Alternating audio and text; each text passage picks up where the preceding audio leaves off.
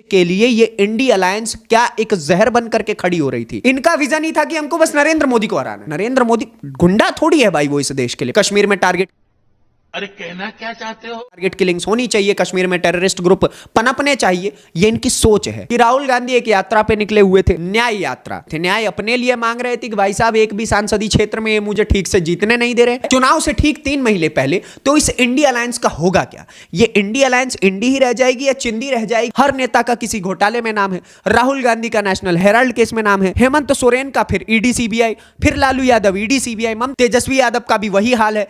बड़ा हरामी हो बेटा।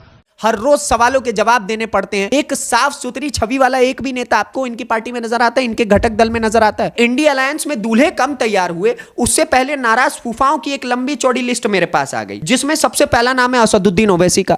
असदुद्दीन ओवैसी खड़े होकर के कहने लग गए कि मैं तो इस अलायंस के साथ जाना चाहता था, लेकिन मेरे पास ऑफर ही नहीं आया। कांग्रेस भी अपनी चीजों को लेकर के क्लियर नहीं है। 3 महीने चुनाव को रह गए हैं, लेकिन राहुल गांधी न्याय यात्रा पे निकले हुए हैं। इससे पहले भारत जोड़ो यात्रा पे निकले हुए थे। हालांकि यह नहीं पता है कि भारत जोड़ो यात्रा में ऐसा कौन सा भारत जोड़ दिया, अपने चाचा नेहरू का दिया हुआ अक्साई चीन जोड़ लिया है या फिर पाकिस्तान ऑक्यूपाइड कश्मीर। बिहारियों के लिए अलायंस वैसी है, एक बीमारी की तरह।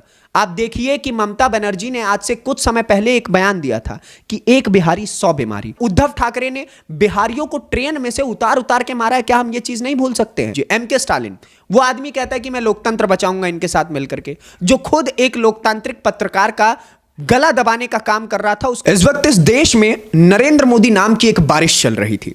उस बारिश में एक छाता खड़ा होता है, उस छाते का नाम नीतीश कुमार होता है।